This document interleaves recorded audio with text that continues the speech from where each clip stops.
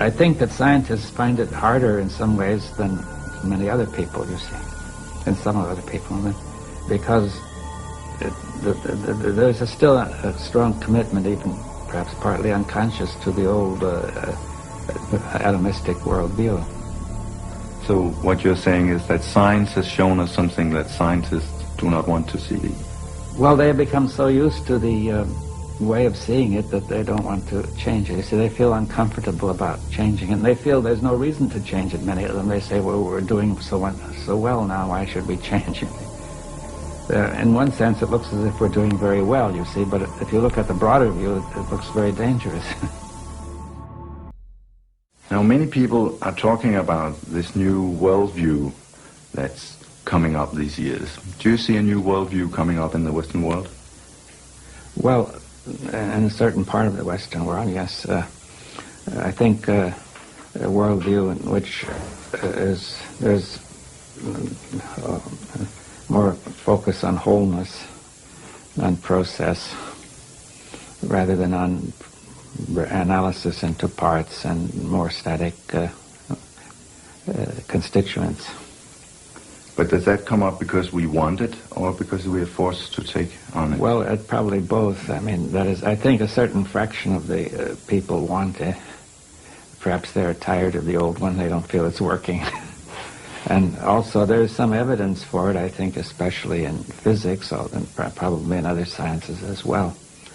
The evidence in physics comes partly from relativity and partly from quantum theory, or perhaps more from quantum theory than relativity.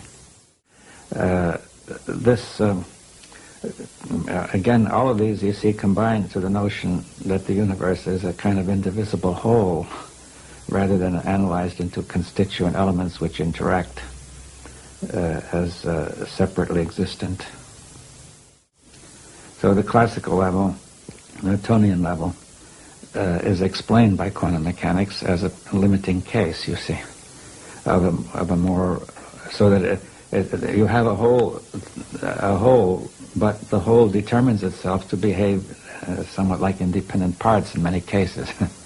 So even whether it's going to be behaving like parts is determined by the whole, right? But what we can see is the parts rather than the whole. We see, in physics, we see the parts because that's the way we approached them the last few centuries. I don't know if, you see, I think our perception is influenced by our way of thinking, so that we accept this mechanical way of looking at things. But if you went back 1,000 or 2,000 years, I don't think people actually saw the parts as primary. The way we see it depends on the way we think, you see. We actually make up everything in the sense all these theories are made up by us, but in these theories we place the parts, we may either place the parts as fundamental or the whole as fundamental. Right? Now, the quantum mechanics is placing the whole as fundamental. That's, I think, the most basic change it makes, right? Finally, every theory is made up by us, and we're going to see whether we can apply it coherently to reality. You see that I think we could make an infinity of different kinds of theories, and some of them would be more coherent than others, you see. For example, if somebody is said to be mentally disturbed, he has another theory which we think is incoherent, but to him it looks coherent, right? Because we can always ignore what is not working, you see. Or we can always say we'll solve that later. You just said that in reality we make it all up, not just the parts, but also the wholes. Could you explain? Well, I think that's the question. What is the relationship of theory to reality, you see? Now, one view is that it reflects reality, you see. Now, that I think that it corresponds to reality. I think that view is only limited, right? Like a map is said to correspond to a city, but there's nothing on the map that corresponds to anything in the city. In the map you see dots of print, and the city, which is very vaguely defined, the city is also vaguely defined. So what corresponds is certain abstractions that we abstract. Right? But the map, the real test of the map is that it guides us correctly in the city. And if it's a wrong map, we will find incoherence, right, in our action, right? But in effect, that's what you are doing. Yeah. And in effect, you are questioning the whole Western worldview. Yes. Well, yes. I think even all the worldviews need to be questioned, the Eastern and the Western. See, the West has, in a sense, implicitly questioned the Eastern worldview. Every worldview, I think, is limited. But I think the Western worldview, its limits have not been seen. And we need to go to a broader view, not necessarily back to the Eastern, though it may include some of the Eastern. But I think we need a kind of dialogue of these worldviews to go to something beyond, right? Where do you see the limits of the Western worldview? Well, just in the way of saying that it focuses too much on analysis, and it tends to lead to fragmentation. You see, now what I mean by fragmentation is not just division, distinction, but because the parts in the whole are correlative concepts. You see, a part is a part only because it's part of a whole, like a machine or a watch, right? Now, a fragment is something it means break it up, you see. That's the root of the word, to smash, right? So if you smashed a watch, you would get fragments. Now, the Western view, it aims at getting the true parts of the universe, but in some ways, perhaps it gets fragments, not to some extent in physics, but much more so in fields like biology, psychology, sociology, and so on. Right? But now, if you break it up falsely into fragments, then you have confused. You see, you're going to treat these as separate when they're not, and also you're going to unite what's in the fragment when it's not united, right? So it leads to confusion. So in the West, you tend to confuse the part for the whole and vice versa? Yeah, you get confused about the part and the whole because you take a fragment as an independent whole. But if you take the true whole that includes everything, it would also include you and include your perception of the whole. Yes. So could you ever tell me your way of perceiving the whole to anyone else? Well, we can have a dialogue and so begin to exchange, you see. In other words, I can't tell you unless we're talking together. You see, we have to exchange our views on that, right? And perhaps now, and then there comes the problem that people are ready to listen to somebody else's worldview, you see, seriously, without resistance, without opposition. But I think the observer is an intrinsic part of the whole. That's what quantum mechanics is teaching us too in physics, right?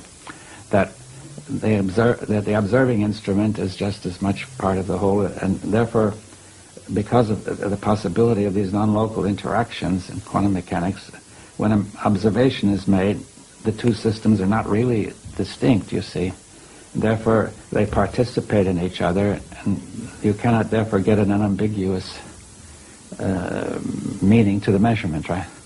The same happens between human beings. You see that if somebody tries to measure somebody else, talk to him, there's a mutual change which makes it impossible to get an unambiguous attribution of qualities. It's not possible to say what David Bohm would have said in another interview. No. Tomorrow at the same time. No, because we're participating together, so what I am is affected by what you're doing and what you are, and vice versa, right? That's exactly the sort of thing that happens in quantum mechanical observations.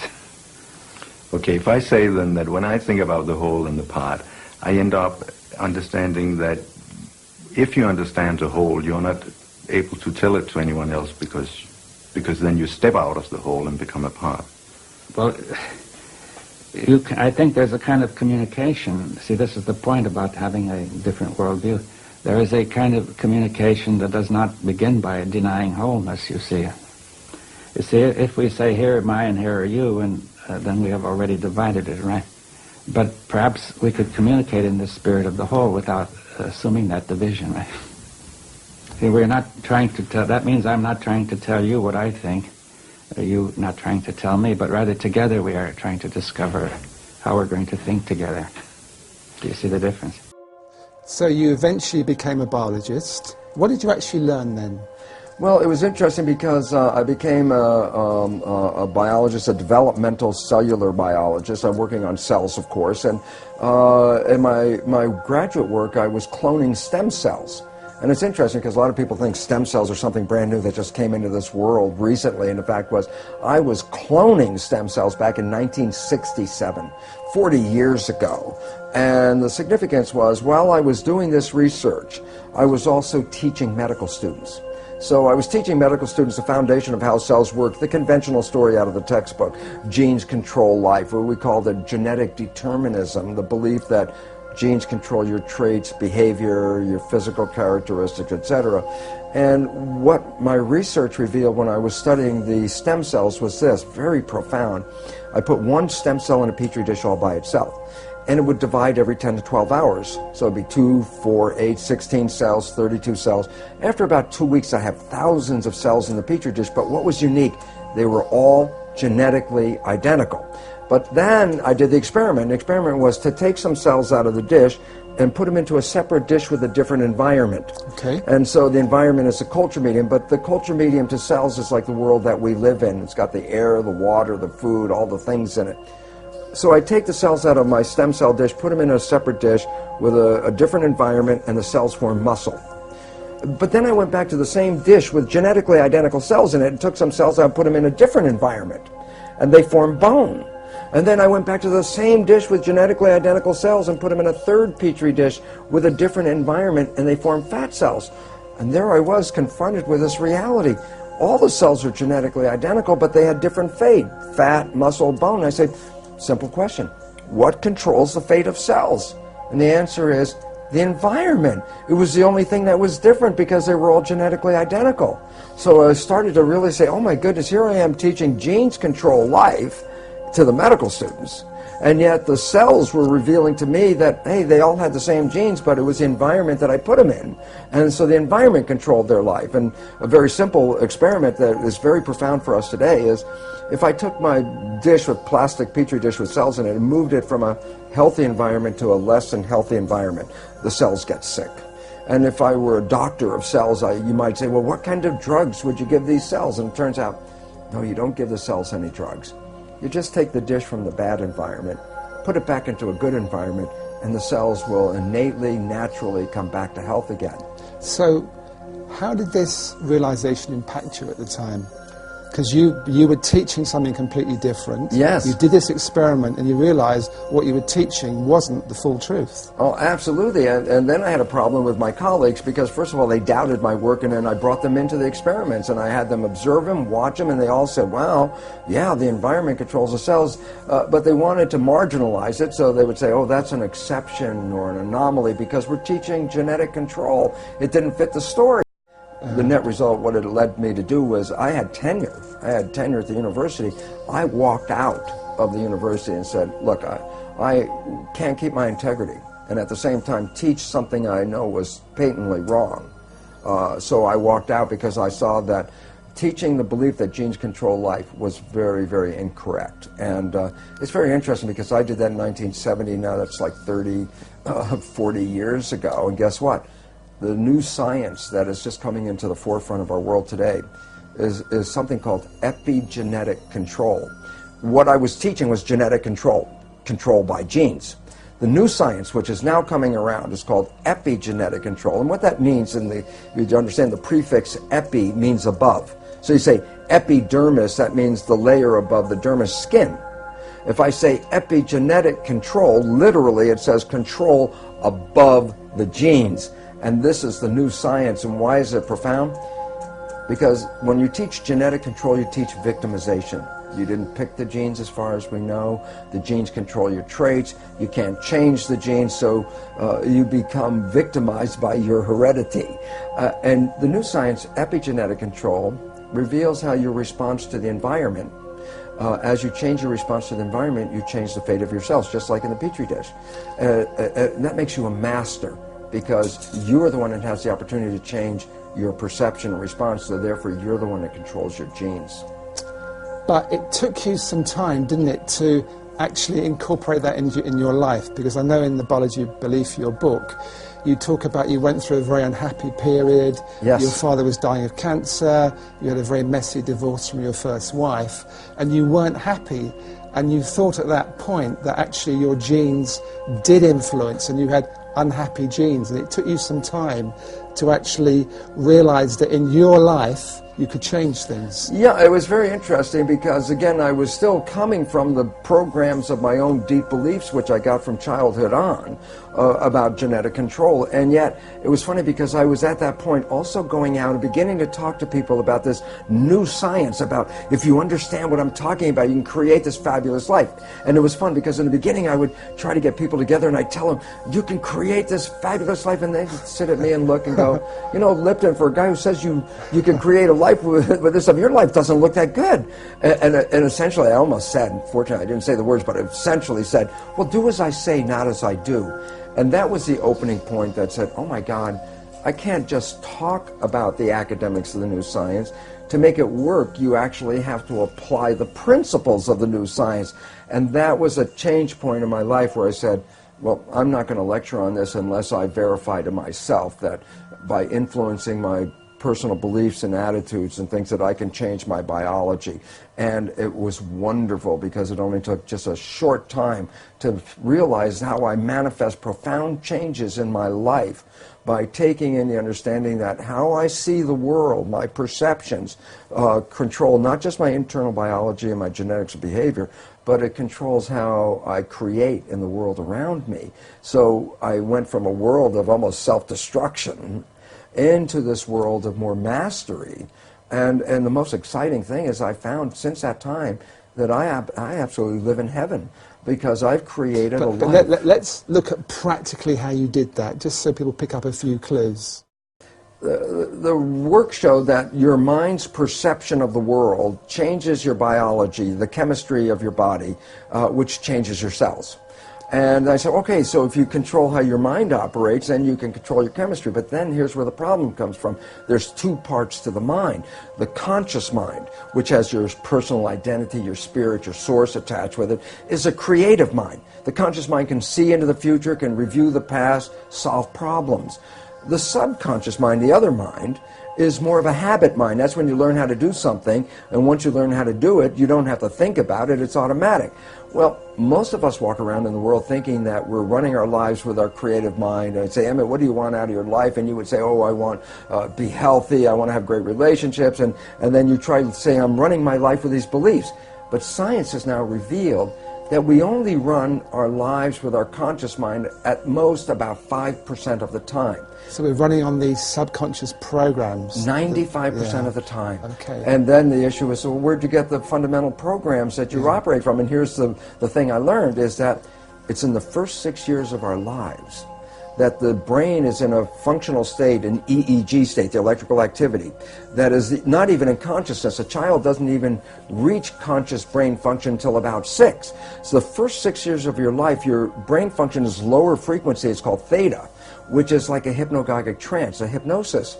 So the first 6 years of your life, you're like a television camera, recording everything around you, everything you observe, just going in from your observations into your programming. So we acquire beliefs and attitudes and behaviors, not from ourselves, but from our parents and our family and our community.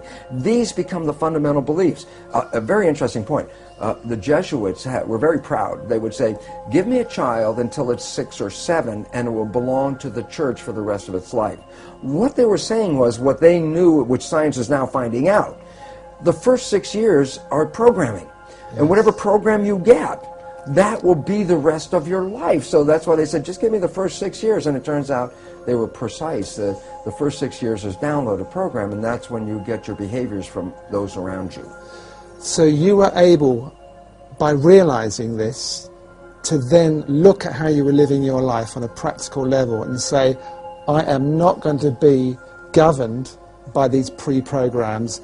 I am going to live my life in a more conscious way. Am I oversimplifying this? Yeah, that's a fundamental statement of how it works, but it's not as easy as, I've just changed my thinking about it. It's like, well, because as the thinking is not that much in our control. The brain is operating, as I said, 95% from the subconscious. But how did you actually then get results in a relatively short space of time? Well, the first thing, how does the subconscious learn? And that's a very critical thing. The conscious mind can learn from reading a book. So the subconscious mind can read a self-help book and you go, wow, that sounds really great. And then you find you read the book, but your life is still the same. And this turns out, why? And the answer is because the subconscious mind is more of a habit mind, things that you repeat over and over again. Yes. So the reality is, if you can stay conscious, be present, and when those negative thoughts come in our head, and psychologists tell us 70% of the time, the thoughts that are going through our head are negative and redundant, so the same negative thoughts are going through. If you could stop those thoughts, if you could hear them as they come through, like, oh, that's not going to work, or this will never happen, those kind of thoughts. If you can hear them and stop them consciously, say, no, change the belief right there, just give the more positive thing. As you repeat this more frequently and you keep repeating it, the subconscious mind begins to learn. So as a habit, if you stay conscious, and you have to work at it, and here's why people say, well, how come only 5% from conscious mind, 95% from subconscious? Because the conscious mind can think into the future and think into the past and solve problems. Then think about it yourself. Most of the time, you're thinking about something. Well, if you're thinking, you're using the conscious mind. Well, if you're using the conscious mind for thinking, then who's running the show? And the answer is, when you're not paying attention and you're thinking about what I'm going to do tomorrow, your subconscious is running the show. So you used the words, be present. Be present. Which be mindful. We hear a lot. So be mindful, which really means be aware of what's going on. So you get an automatic reaction, you're aware of that, and you say, I don't want to go there, that's an old pattern, and you look at a new way to be in that situation. Exactly. And you have to repeat it over and over again, because if you think, well, I got mad at myself yesterday because I repeated that same stupid thing, and I got mad again today because I repeated the same stupid thing, and then people give up because they get frustrated. And it's like, no, it's a habit. So you have to every day, but ultimately you can repeat it. Yet there are, fortunately now, very many new healing modalities that can help you rewrite the subconscious beliefs much faster. So I get very excited because some of this may take work for people, because you have to really be present, and yet we're so bombarded with information and our lives are so busy that our conscious mind is almost always wandering, trying to resolve issues and problems and things we have to work out, which then means the subconscious mind is running the show. And it's very interesting, because most people will be very familiar with this story. I tell it to my audiences and they all laugh because they're familiar with it. And I say, look, you have a very close friend. You know your friend's behavior. And you happen to know your friend's parent. And at some point you see that your friend shares the same behavior as their parent. So you casually volunteer, you go, you know, Bill, you're just like your dad. And that's when you have to back away from Bill, because Bill's the first guy that says, how can you compare me to my dad? And everyone laughs because they're familiar, but I say, no, there's two very profound points from that one story, and profound point number one. Everybody else can see that Bill behaves like his dad. He got his programming from his dad. It's only Bill who doesn't see it. And profound point number two, we're all Bill, because all of us got programming, and all of us operate with these programs, and we don't even see we're doing it. That we, even when told we're doing it, will deny that we do these behaviors, because we don't even see when we're doing it. That's why it's called subconscious, below conscious. Because you went from, and I'm quoting from your book, wanting to be anyone but me, to being, I think you quote yourself as the happiest man in the world. You felt so happy. Oh, so my gosh. So you proved that this can work. Well, I had to, because I said when I first started talking about it, it was from an academic, conscious point of view. This is what I learned. But my subconscious programs were still exactly the same. So while I had this wonderful knowledge, my life still wasn't anything I wanted to brag about, it, because it wasn't. And as you know, that old game, well, who would you like to be? And I could think of anybody I'd rather be than me. And yet, when I started to apply the new science and rewrite the subconscious so it supported me, rather than the programs of limitation or disempowerment that we get from our parents and our community as children, which almost all of us get, when I put in the new programs, all of a sudden I started to find, my goodness, my life completely turned around. All wonderful things started happening in my life. I was healthier. I haven't been to a doctor in 20 years. I don't need that. I don't take any of their drugs. Why? Because most of the illness is just from the stress of not living in harmony. And when you learn to get rid of the limiting programs that we got as children and put in programs that support you, guess what? Then all of a sudden the place turns into heaven. And it's interesting, I tell people, well, you create your own life, and then they look around and go, I don't want responsibility for this, but I say, well, you didn't know you were creating with these unconscious beliefs.